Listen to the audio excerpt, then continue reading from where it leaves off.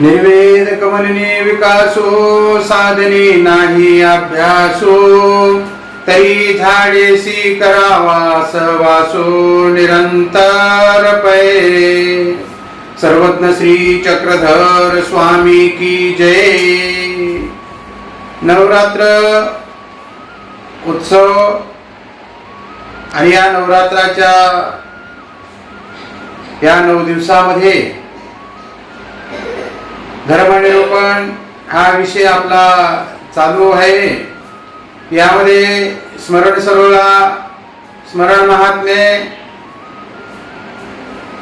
चतुर्वेद स्मरण, चतुर्वेद दुःख हा विषय आपल्याला थोडक्यामध्ये या ठिकाणावर आपण त्याचा परामर्श घेतलेला आहे। तर आता नवरात्रीच्या या दिवसामध्ये आपण कोणत्या क्रिया वर्ज्य करायच्या आणि कोणत्या अंगी करायच्या। ईश्वर प्रेमी, ईश्वर सद्भक्त जे अत्यंत परमेश्वराचे आवडणारे अशासाठी या 9 दिवसामध्ये आपल्याला धर्मनिरूपण या ठिकाणी करावायचं आहे। तर 9 दिवसामध्ये आपण आहार विहार करत असताना कोणत्या गोष्टी कराव्या, कोणत्या करू नये। कारण ईश्वर सद्भक्ताला आणि नामधारकाला, वासनिकाला आजूबाजूचं वातावरण तामस आणि देवता भक्ती रूप अशा प्रकारचं वातावरण, तर त्यापासून आपण आपली सुरक्षितता अत्यंत महत्वाची आहे। म्हणून आपण परमेश्वराला समोर ठेवून काही गोष्टी पाळावयाच्या आहेत, काही गोष्टी अंगी करायच्या आहेत, काही गोष्टी त्याज्य करायच्या आहेत। तर त्यामध्ये हे विचार महत्वाचे आहेत। स्वामी हिवरळीला म्हणजे आजचा जालना या ठिकाणी देव सर्वज्ञ श्री चक्रधर प्रभू होते आणि महानवमी नागावीर म्हणून ठिकाण आहे। त्या ठिकाणी स्वामींनी हे विधी लिहिलेला आहे की ईश्वर साधक जो असेल, परमेश्वराचा भक्ती मार्ग जो आचरत असेल, त्याच्यासाठी काही नियमावली आहे। म्हणजे देवता स्वामींच्या पूजनासाठी त्या नागाविहिरीतून वर निघाल्या आणि देवाचं पूजन केलं। अशा प्रकारचा आवाज भक्तिजनाला आला आणि मग देवाने सांगितलं की देवता आमच्या पूजनासाठी आलेले आहेत आणि म्हणून म्हणले त्यांच्यासाठी हा दिवस नेमलेला आहे महानवमीचा।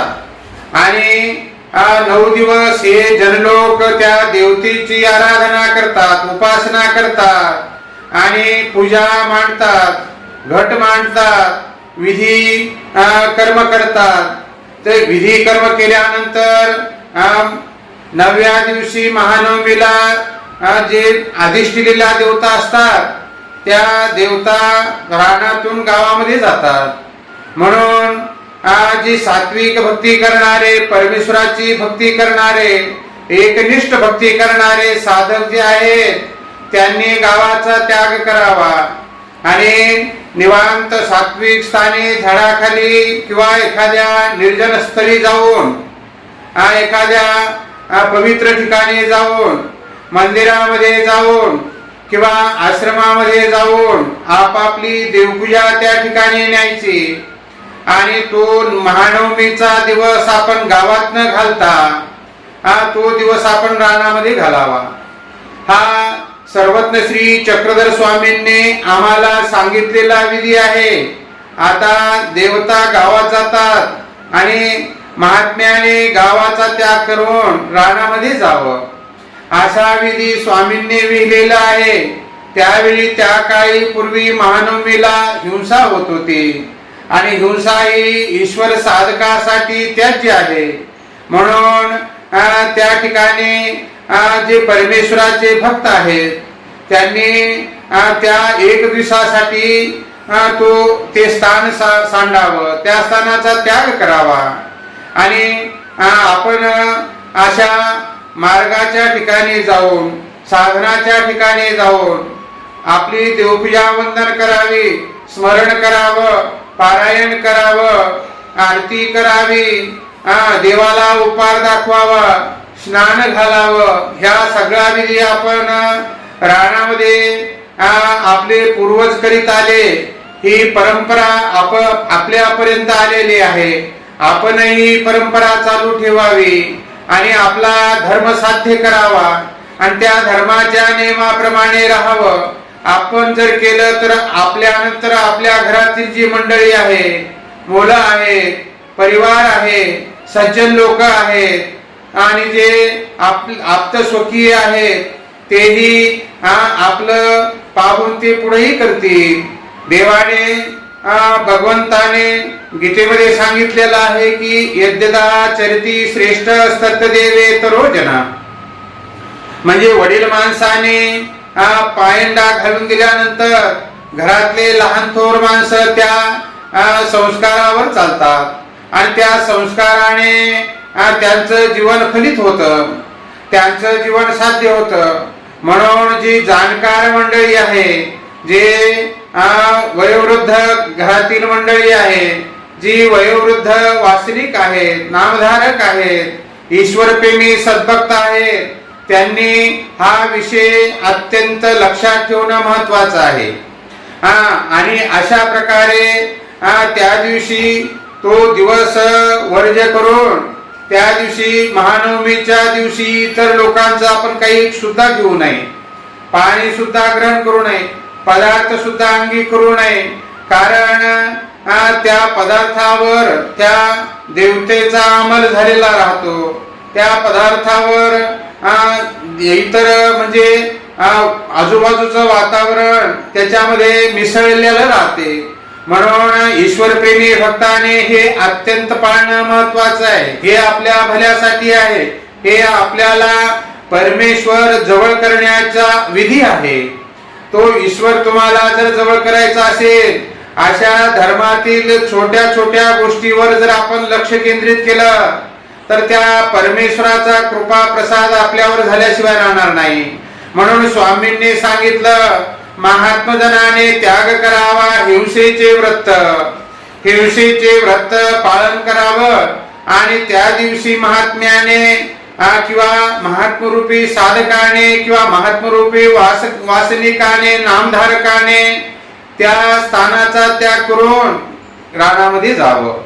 रानामध्ये जाऊन आरती, देवपूजा, प्रसाद वंदन, त्या दिवशी प्रसाद वंदन करावं.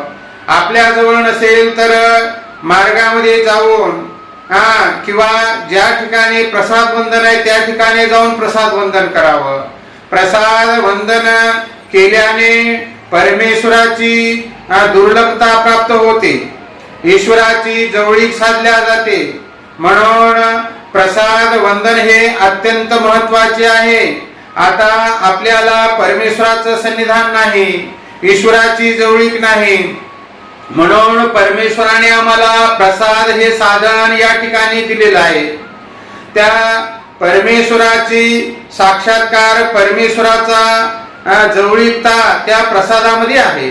म्हणून त्या दिवशी प्रसाद वंदन करणं हे अत्यंत महत्वाचं आहे आणि देवपूजा ही वंदन करणं महत्वाचं आहे.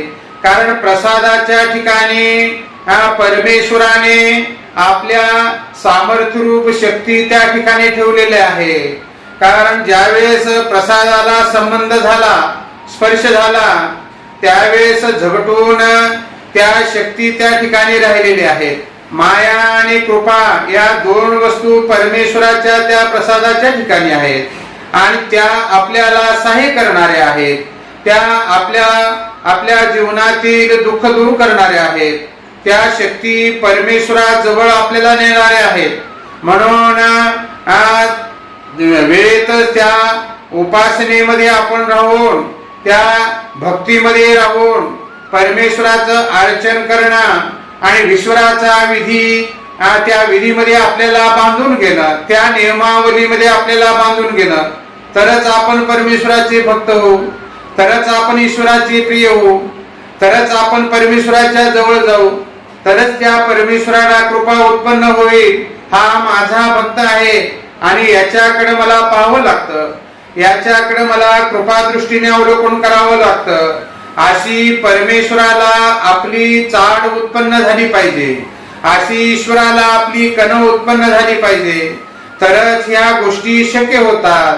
म्हणून हा सर्व वासनिक नामधारक ईश्वर प्रेमी ईश्वर सद्भक्त या पंथाला जवळून जाणणारे, जे सत्सद्विवेक बुद्धीचे आणि सत्य आचरण करणारे, सत्य परमेश्वराला जाणणारे जे साधक आहेत, त्यांनी या गोष्टी अत्यंत जीवनातील वाटचाल करण्यासाठी महत्वाचे आहे. आपल्या जीवनाला सुंदर बनवायचं हे आपल्या हातात आहे. आपल्या जीवनाला सुखी करण्याचं तत्वज्ञान हे आपल्या जवळ आहे. परमेश्वराने आपल्याला ते दिलेलं आहे. फक्त त्या गोष्टी कशा आत्मसात करायच्या आणि त्याच्यावर कशा पद्धतीने चालायचं हे आपण ठरवायचं आहे. योग्य विचार आपल्या मनामध्ये आले, मनामध्ये येऊन चालत नाही, त्या विचारावर चालणं हे अत्यंत महत्वाचं आहे. म्हणून हा परंपरेने पूर्वज्ञानीय लोक, पूर्वीचे अधिकरण लोक हे पाळत आलेले आहेत आणि तो विचार, तो आचार आपल्यापर्यंत आलेला आहे.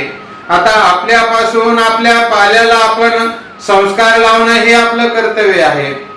म्हणून संत मंडळी, ज्ञानी मंडळी या विचार आपल्याला सांगतात, तो विचार आपण आत्मसात करावा आणि आपल्या जीवनामध्ये जीवनगती उंचावून ऊर्ध्वगती प्राप्त करावी, परमेश्वराच्या विचाराची गती प्राप्त करावी आणि आपला सुवर्ण मध्ये साध्य करावा आणि तो आपल्या जीवनाला ऊर्ध्व करणारा आहे. म्हणून बंधूंनो, अशा प्रकारचे विचार आपण या नवरात्रीच्या दिवसामध्ये या ठिकाणी मांडलेले आहे. ते तुमच्यापर्यंत विचार यावे आणि त्याच्यावर तुम्ही आपलं विचार व्यक्त करावे. विचार मांडून, विचार व्यक्त करून याच्यामध्ये काय तुम्हाला समजलं, काय नाही समजलं, असा विचार तुम्ही पण व्यक्त करू शकता कमेंटच्या माध्यमातून. म्हणून बंधूंनो, या ठिकाणी आज तुर्तास एवढे. दंडवत प्रणाम, दंडवत प्रणाम. जय श्री चक्रधर, जय महानुभाव. 12 मिनिटं झाली.